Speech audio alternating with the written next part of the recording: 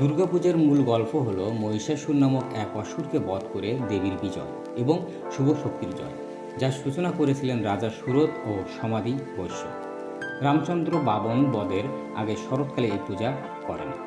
এই উৎসব সাধারণত আশ্বিন মাসে অনুষ্ঠিত হয় এবং ষষ্ঠী থেকে বিজয়া দশমী পর্যন্ত চলে, যা দেবী দুর্গার মাতৃরূপে আগমন ও শুভর জয়কে উদযাপন করে। দেবী দুর্গা মহিষাসুরকে বধ করে পৃথিবীতে শুভ শক্তির বিজয় ও অশুভ শক্তির বিনাশ ঘটান। রামচন্দ্র কর্তৃক এই পূজা অনুষ্ঠিত হওয়ার কারণে একে অকাল বোধন বলা হয়, যা পরে শারদীয়া দুর্গা পূজা হিসেবে জনপ্রিয় হয়ে ওঠে।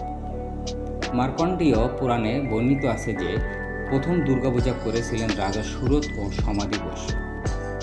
বাংলায় সপরিবার দুর্গার প্রতিমার পূজার প্রচলন শুরু হয় আনুমানিক 1480 খ্রিস্টাব্দে রাজশাহী তাহিরপুরের রাজা কংস নারায়ণের মাধ্যমে।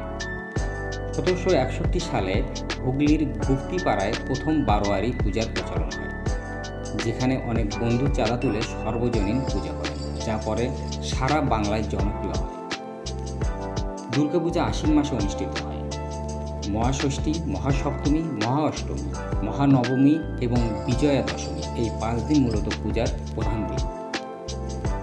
দুর্গাপূজা কেবল একটি উৎসব নয়, এটি দেবী দুর্গার মাতৃরূপে আগমন ও বাঙালির শ্রেষ্ঠ উৎসব।